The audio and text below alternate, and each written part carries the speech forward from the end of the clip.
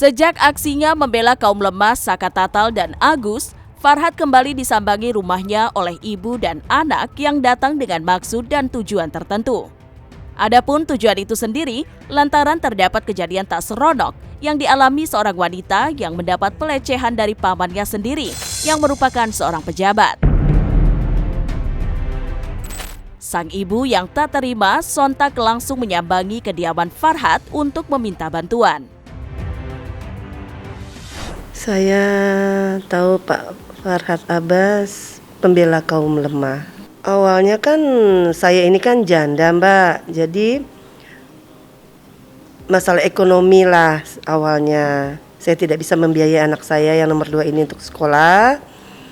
Jadi waktu ibu saya belum meninggal, ibu saya bilang kalau ada apa-apa masalah keuangan apa kamu kekurangan, kamu pergi ke rumah Pak SB ini. Karena dulu juga dia pernah tinggal di rumah ibu saya waktu dia masih sekolah. Karena dia baik, makanya saya datang ke rumahnya SB, Pak SB. Saya bilang, Pak, tolong anak saya nggak bisa sekolah, saya meminta bantuan.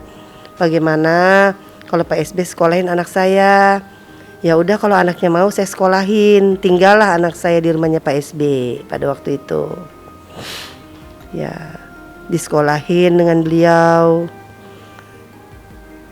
Ternyata ya baru-baru aja saya tahu ceritanya, anak saya cerita waktu anak saya tinggal di rumahnya beliau, kalau tidak ada orang di rumahnya beliau, anak saya sering dari belakang, pipinya om dulu. Ya anak saya merasa barangkali ini omnya sudah baik, apa sih salahnya, karena anak saya kan menganggap dia seperti bapak sendiri. Ya justru itu, ya seperti itu Mbak, betul seperti itu. Karena beliau baik. Awalnya dia merasa tertekan, dia merasa stres, selalu ketakutan. Jadi akhirnya dia beranikan diri cerita dengan saya. Jadi kenapa saya nekat untuk keluar dari rumahnya beliau? Karena yang pertama juga keadaan itu COVID ya. Jadi alasan saya adalah untuk pulang ke rumah ya karena COVID yang pertama. Dan yang kedua itu karena memang saya takut karena ini sudah melebihi batas antara seorang om dan keponakan ibaratnya ya kan. Di situ saya benar-benar ketakutan. Dia saya setiap kali rumahnya itu kosong, di rumah beliau itu kosong. Dan tepat di saat rumah kosong itu ya dia melakukan hal seperti saya menyapu contohnya. Saya nyapu waktu itu tiba-tiba dia suruh, "Kamu ngapain?" "Saya lagi nyapu om." Di situ saya sudah ketakutan. "Oh, pipi om." Saya disuruh pipinya. Dan dia mendekati badannya tuh ke badan saya. Dan dia seperti ke belakang badan saya. Itu yang membuat saya takut. Dan di situ saya sudah merasa, oh ini tidak normal buat saya. Sudah tidak normal. Bagaimana nanti kalau saya diam di sini terus akan begini terus nantinya. Itu yang membuat saya takut. Akhirnya saya memberanikan diri untuk pulang lagi ke rumah ibu saya. Ya saya hancur lah Mbak, saya hancur. Karena saya ngerasa anak saya ini kan, anak kan kita jaga. Dari di perut kita bawa sana sini, kita jaga dia. Dari kecil, kita gak mau sampai dia digigit nyamuk. Sudah besar baru begini. Baru om sendiri lagi yang melakukan hal seperti ini. Ya saya kaget Mbak. Anak saya di situ setahun penuh karena dia semenjak pandemi itu kan anak-anak sudah tidak sekolah di rumah, jadi dia pulang. Tapi dia nggak cerita apa-apa. Ternyata dia udah takut di situ. Dia sudah nggak mau. Dia udah selalu pulangnya malam karena kadang di rumah itu nggak ada orang di rumahnya.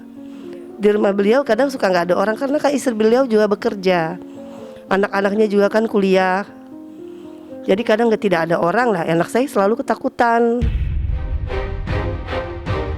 Awalnya begitu anak saya cerita, saya coba untuk menghubungi beliau.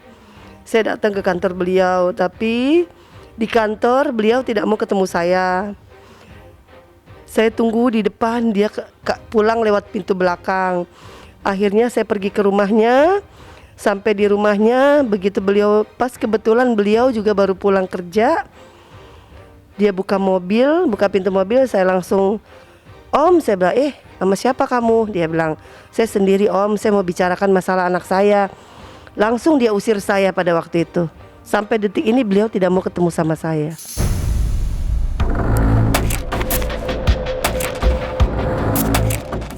Farhad melalui timnya langsung bergerak cepat dengan melaporkan kasus yang dilakukan pejabat berinisial MSB ini ke Polres Bogor.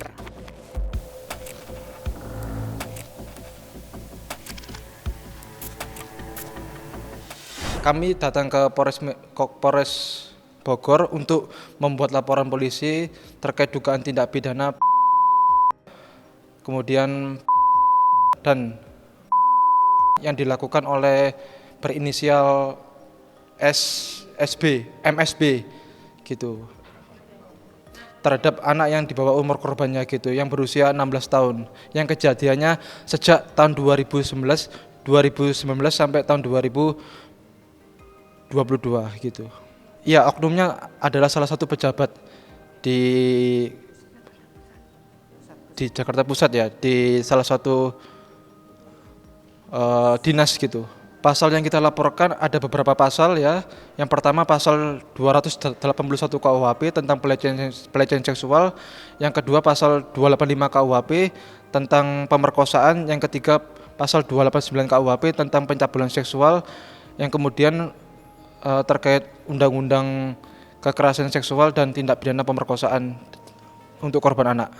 Yang diarahkan yang pertama adalah untuk korban segera melakukan visum et repertum atas perbuatannya yang dilakukan oleh terlapor itu.